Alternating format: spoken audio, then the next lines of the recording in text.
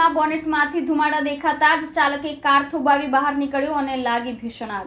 સુરતમાં આગના બનાવોમાં સતત વધારો થઈ રહ્યો છે. પાંડેસરા વિસ્તારમાં આવેલા દક્ષેશ્વર મહાદેવ મંદિર પાસે રોડ પર કારમાં આગ લાગી ગઈ હતી. રાત્રિના સમયે આગ લાગતા અફરાતફરીનો માહોલ સર્જાયો હતો. સમગ્ર ઘટનાની જાણ ફાયર બ્રિગેડને થતાં ઘટના સ્થળે પહોંચી પાણીનો મારો ચલાવી આગ પર કાબૂ મેળવ્યો હતો. નવસારીથી સુરત પરત ફરતી મહિન્દ્રા એક્સયુવી કારમાં આગ લાગી ગઈ હતી. દોડતી કારમાં અચાનક આગ લાગી ગઈ હતી. બોનેટમાં આગ લાગ્યાની જાણ થતાં જ ડ્રાઈવર સલામત રીતે નીચે ઉતરી ગયા હતા. કાર માલિક હિરેન પટેલ નીચે ઉતરી ગયા બાદ સંપૂર્ણ કારમાં આગ લાગતા જવાળાઓ ઊંચી સુધી ઉઠી હતી. ફાયર બ્રિગેડના અધિકારીએ કહ્યું કે પાંડેસરા વિસ્તારના પ્રેમનગર પાસે ઘટના બની હતી.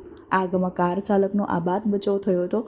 ફાયર બ્રિગેડને ગાડી ઘટના સ્થળે પહોંચી પાણીનો મારો ચલાવી આગ પર કાબૂ મેળવ્યો હતો. આગ કયા કારણોસર લાગી તે હજુ સુધી સામે આવ્યું નથી.